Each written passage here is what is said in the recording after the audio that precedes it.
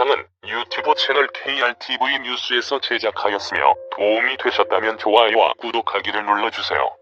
감사합니다. 개발비만 8조 8,304억 원이 들어가는 단군 이래 최대 무기 개발 사업인 한국형 전투기 KF-X. 내년 상반기 시제비 출고를 목표로 개발사인 한국항공우주산업에서 최종 조립을 하고 있습니다.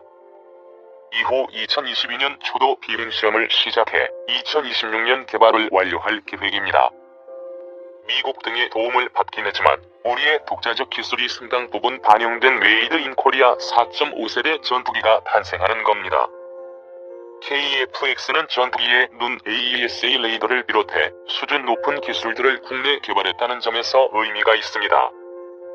AESA 레이더는 천여 개의 송수신 모듈이 독립적으로 작동해 공중과 해상, 지상 표적들을 동시에 탐지하고 추적하는 기술입니다. 최근 4년 만에 하드웨어 개발을 마쳤으며 소프트웨어 개발과 체계 통합이 남은 과제입니다. 앞서 미국은 F-35 수십여 대를 발면서 주기로 약속했던 AESA 레이더, 적외선 탐색과 추적 장비, 전자광학 표적 추적 장비, 전자파 방해 장비 등 KF-X 4개 핵심 기술 이전을 거부했는데요. AESA 레이더에 이어 나머지 3개의 기술도 국내 개발이 진행되고 있습니다. 전투기에 탑재되는 무장도 잇따라 태극마크를 달 준비를 하고 있습니다. KF-X 무장에서 가장 중요한 것은 공중에서 공중으로 쏘는 공대공 미사일입니다.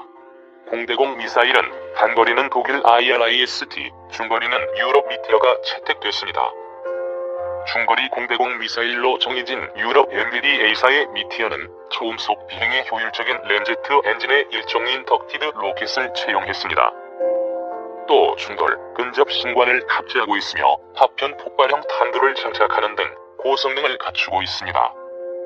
미티어가 탑재되면 한국은 아시아 최초의 미티어 운용 국가가 되는 만큼 기대를 모으고 있습니다. 하지만 단거리 공대공 미사일로 독일 딜사의 IRIS-T를 채택한 데 대해 아쉽다는 지적이 많습니다. IRIS-T는 사거리가 25km로 미국 AIM-9X 사이드와 인더 MBDA 아스람 미사일에 비해 사거리가 대폭 짧습니다. 이런 가운데 우리 군은 단거리 공대공 미사일로 독일 딜사의 IRIS-T는 초도 물량만 직도입하고 이후 물량은 국산화하기로 방침을 정한 것으로 알려졌습니다.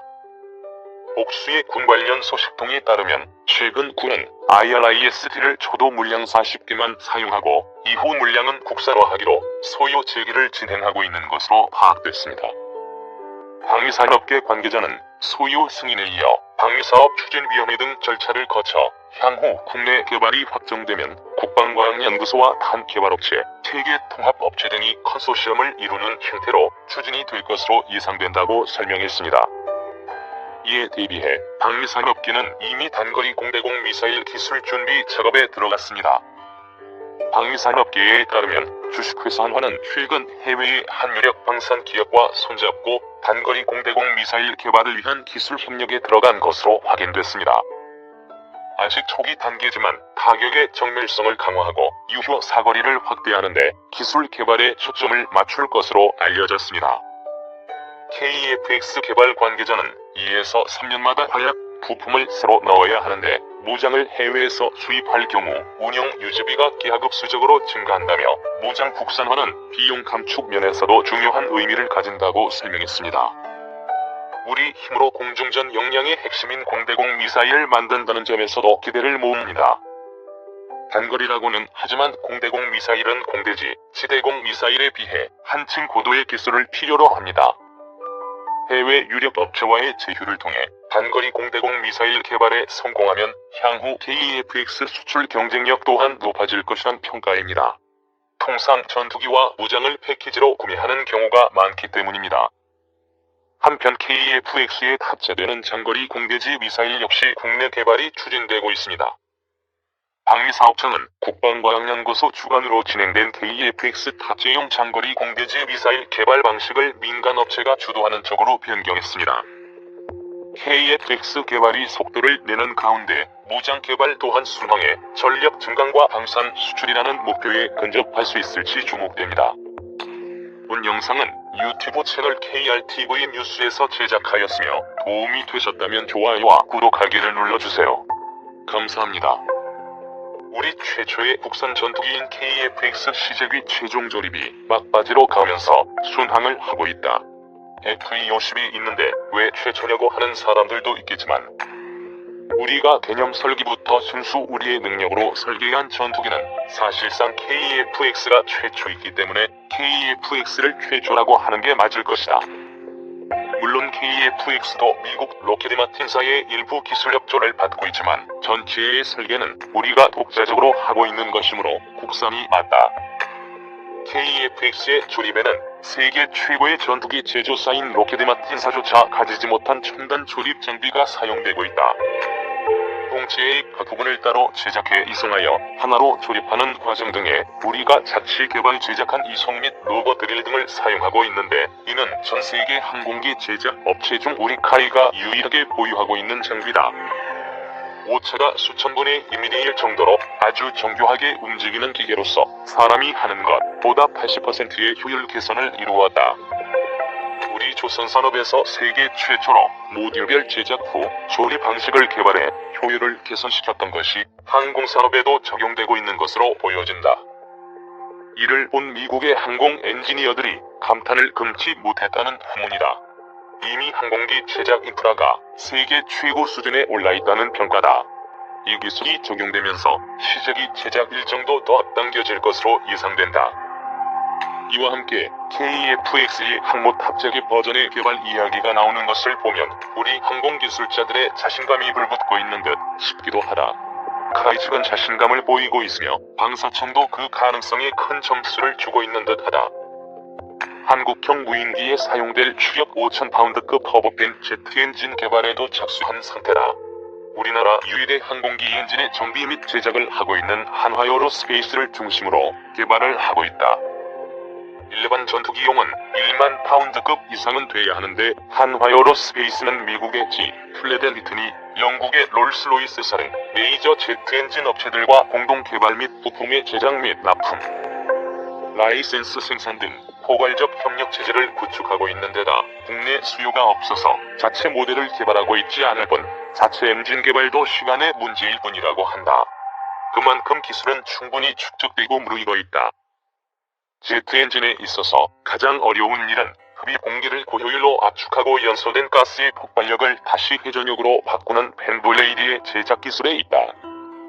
수천도의 온도에서도 장시간 변형과 파손이 없이 견뎌내는 소재의 제조 및 가공 기술이 필수다. 중국이 수조 원을 들여 장기간 러시아의 엔진을 그대로 역설계해서 베꼈음에도 불구하고 출력이 6에서 70%에 불과하고 진동과 파괴로 인해 자체 개발한 전투기들이 추락하거나 작전 배치가 제대로 이루어지지 않는 등의 문제점에 봉착해 있는 것을 보면 그 기술이 얼마나 어려운 기술인지 알 수가 있다. 유체역학적 해석을 통해 효율적으로 압축 공기의 흐름을 제어해야 하기 때문에 그 영상을 최적으로 설계해야 한다. 그러면서도 고온에서 견딜 수 있는 단결정 금속을 만드는 재료공학이 필요하고 고속으로 회전하는 이 블레이드에 미세한 구멍을 뚫어 냉각용 공기를 흐르게 만드는 기술은 첨단 중의 첨단 기술이다. 그 첨단 부품을 만들 수 있는 우리 기업이 한 개도 아니고 몇 개가 존재한다고 한다. 미국이 각 부품들의 제조 능력을 평가해 등급을 매기고 있는데 우리가 만든 이 부품들은 최고 등급인 1등급이라고 한다. 다만 미국이 인증서를 내주지 않고 있을 뿐 그 기술을 인정하고 우리에게 납품을 받고 있다고 한다. 관계자들의 말에 의하면 중국하고는 비교할 수 없는 기술력이라고 한다. 중국은 자체 항공기 수요가 많아서 부족한 기술이나마 만들고 있는 것이고 우리는 자체 수요가 없으니 국제 협력을 통해 부품이라도 팔아먹고 공동 개발 및 생산에 주력하고 있을 뿐이라는 것. 현재 개발하고 있는 5,000파운드급 무인기 엔진은 메이저 엔진 업체들과 별개로 우리의 전략적 필요성과 수요가 인정되어 개발하고 있는 것이고 이를 토대로 향후 KF-X용 고효율 엔진을 개발할 계획도 있는 것으로 알려져 있다. 사실 우리는 이미 5,500파운드급 터보팬 엔진을 오래전에 개발했다. 다만 그것은 순환 미사일용으로서 일회용이다. 그 엔진도 상당히 효율이 우수한 엔진이지만 전투기나 항공기 엔진처럼 오랫동안 반복해서 사용하는 것이 아니라서 기술적으로 더 어려운 기술은 아니다. 5,500파운드급 엔진을 개발했는데 웬 5,000파운드급이냐고 의아해하는 사람들이 있는데 바로 그 차이일 뿐이다. 올해 말에 KF-X의 시제기 조립이 완료될 예정이고 내년 4월에 일반 공개를 할 예정이라고 하는데 다소 일정이 앞당겨질 수도 있다는 소리도 들린다. 늦어지는 게 아니라 빨라질 수 있다는 말이 나도는 것을 보면 그만큼 순조롭고 기술적 자신감이 있는 것으로 보여진다. 내년 4월이 기다려진다.